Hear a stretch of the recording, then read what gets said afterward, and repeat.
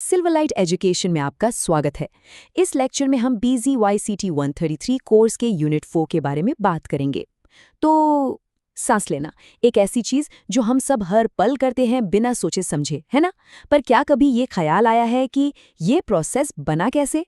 आज हम इसी कमाल की एवोल्यूशनरी कहानी को समझने वाले हैं कि कैसे जानवरों ने पानी के अंदर से लेकर आसमान की ऊंचाइयों तक सांस लेने के ये अलग-अलग तरीके डेवलप किए। देखिए, ये एक ऐसा सवाल है जो हम सबने कभी ना कभी तो जरूर सोचा होगा। और यही सवाल हमें सीधे उस असल प्रॉब्लम पर ले जाता है जिसे लाइफ ने लाखों सालों में सॉल्व किया है कि अपने आसपास के एनवायरनमेंट से ऑक्सीजन आखिर लीक कैसे जाए।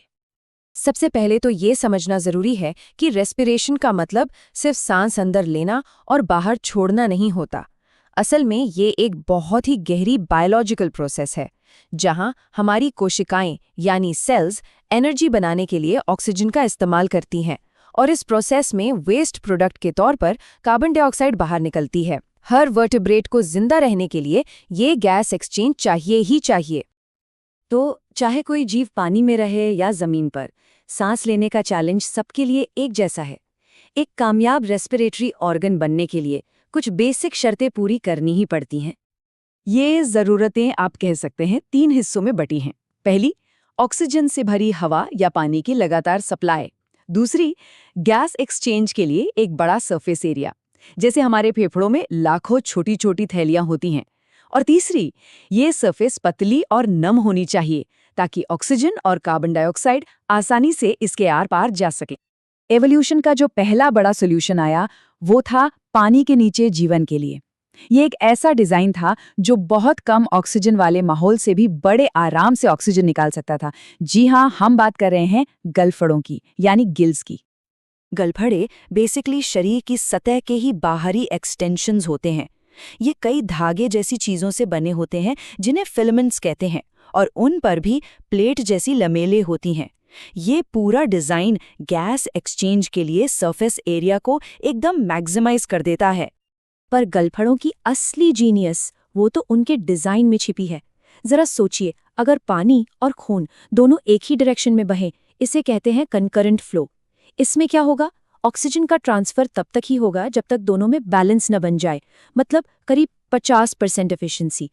लेकिन मछलियां वो कुछ और ही करती हैं। वो इस्तेमाल करती हैं काउंटर करंट फ्लो का, जिसमें पानी और खून ऑपोजिट डायरेक्शंस में बहते हैं। और इसका नतीजा हैरान करने वाला है।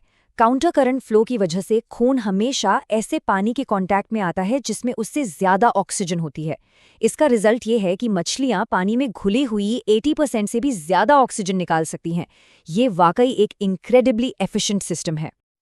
पानी पर तो जीत हासिल हो गई, पर इसके बाद लाइफ ने अगली बड़ी चुनौती का सामना किया, हवा में सांस लेना। और ये कहानी हमें ले जाती है एम्फीबियंस तक, जो पानी और जमीन के बीच की दुनिया में रहते हैं।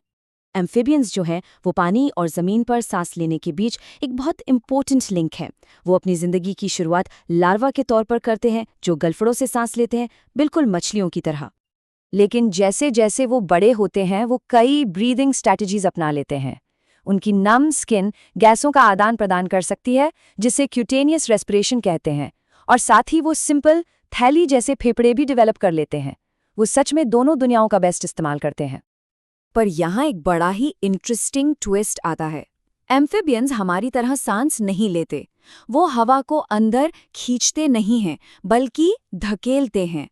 वो ब्यूकल पंप नाम की एक प्रोसेस का इस्तेमाल करते हैं।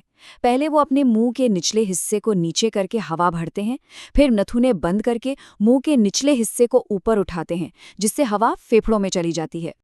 जैसे जैसे वर्टिब्रेट्स पूरी तरह से ज़मीनी जीवन के लिए अडैप्ट होते गए, उनके रेस्पिरेटरी सिस्टम्स और भी ज़्यादा एडवांस्ड होते गए। चलिए अब रेप्टाइल्स और बर्ड्स के सिस्टम्स पर एक नज़र डालते हैं। रेप्टाइल्स पहले ऐसे जीव थे जिन्होंने एस्पिरेशन पंप का इस्तेमाल किया। एम्फीबियंस की तरह हवा को धकेलने के बजाय वो अपनी रिब केज को फैलाकर फेफड़ों में एक वैक्यूम बनाते हैं, जिससे हवा अपने आप अंदर खिंच जाती है। उनके फेफड़ों में एक स्पॉन्ज जैसी टेक्सचर भी होती है, जिसे फेवियोली कहते हैं, जो सरफेस एरिया को और भी बढ़ा देती है।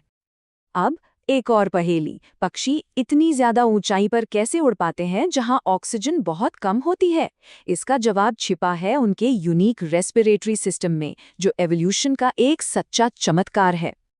पक्षियों को ना एक पूरा सांस का साइकिल कंप्लीट करने के लिए 2 बार सांस लेनी और छोड़नी पड़ती है। जब वो पहली बार सांस अंदर लेते हैं तो हवा फेफड़ों से होते हुए पीछे के एयर सैक्स में चली जाती है। फिर जब वो सांस छोड़ते हैं तो इन एयर सैक्स से हवा फेफड़ों में आती है। अब आती है दूसरी सांस की बारी। दूसरी बार सांस लेने पर फेफड़ों वाली हवा आगे के एयर सैक्स में चली जाती है और फाइनली दूसरी बार सांस छोड़ने पर ये हवा शरीर से बाहर निकल जाती है। ये सुनने में थोड़ा कॉम्प्लिकेटेड लग सकता है, पर इसका नतीजा कमाल का है। इसका मतलब ये है कि फेफड़ों से हमेशा ताज़ी ऑक्सीजन से भरपूर हवा का वन वे फ्लो बना रहता है, चाहे पक्षी सांस ले रहा हो या छोड़ रहा हो। और इसी वजह से वो बहुत कम ऑक्सीजन वाले माहौल में भी भरपूर ऑक्सीजन निकाल पाते हैं। और ये सब हमें हमारी अपनी कहानी तक ले आता है, मैमेलियन रेस्पिरेटरी सिस्टम तक। ये सिस्टम उस पूरी एवोल्यूशनरी जर्नी का नतीजा है जिसे हमने अभी अभी देखा है। मैमल्स की फेफड़ों का स्ट्रक्चर एक उल्टे पेड़ जैसा होता है।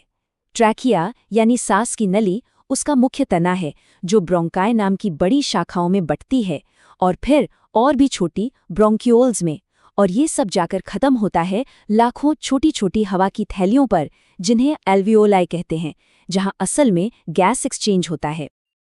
और मैमल्स में जो सबसे बड़ा इनोवेशन है वो है डायफ्राम। ये एक बड़ी गुंबद के आकार की मसल है जो चेस्ट कैविटी के नीचे होती है। जब ये सिकुड़ती है तो चेस्ट कैविटी का वॉल्यूम बढ़ जाता है, जिससे हवा अंदर खिंच जाती है, और जब ये रिलैक्स होती है तो हवा बाहर निकल जाती है। तो चलिए इस पूरी जर्नी को एक बार शॉर्ट में देखते हैं। मछलियों ने काउंटर करंट एक्सचेंज से पानी में महारत हासिल की, एम्फिबियंस ने बकल पंप के साथ जमीन पर पहला कदम रखा, पक्षियों ने यूनिडायरेक्शनल एयर फ्लो से हवा पर विजय प्राप्त की, और मैमल्स ने एल्वियोली और डायाफ्राम के साथ अपने सिस्टम को परफेक्ट बनाया। हर ग्रुप ने एक यूनिक सोल्यूशन डेवलप किया। ये हमें याद दिलाता है कि सांस लेने जैसी सिंपल सी लगने वाली क्रिया भी करोड़ों सालों के एवोल्यूशनरी इनोवेशन का नतीजा है। ये एक ऐसी यात्रा है जो पानी की गहराइयों से शुरू हुई और हमें आसमान की ऊंचाइयों तक ले आई। तो ये सारी बातें हमें एक आखिरी सवाल पर लाकर छोड़ देती हैं। जैसे जैसे हमारा ग्रह बदल रहा है, जीवन सांस लेने के लिए आगे कैसे अडेप्ट करेगा? अगला एवोल्यूशनरी कदम क्या हो सकता है? खैर, इसका जवाब तो शायद भविष्य में ही छिपा है। तो इसी के साथ ये लेक्चर यहीं खत्म होता है। हम आपसे अगले लेक्चर में मिलेंगे।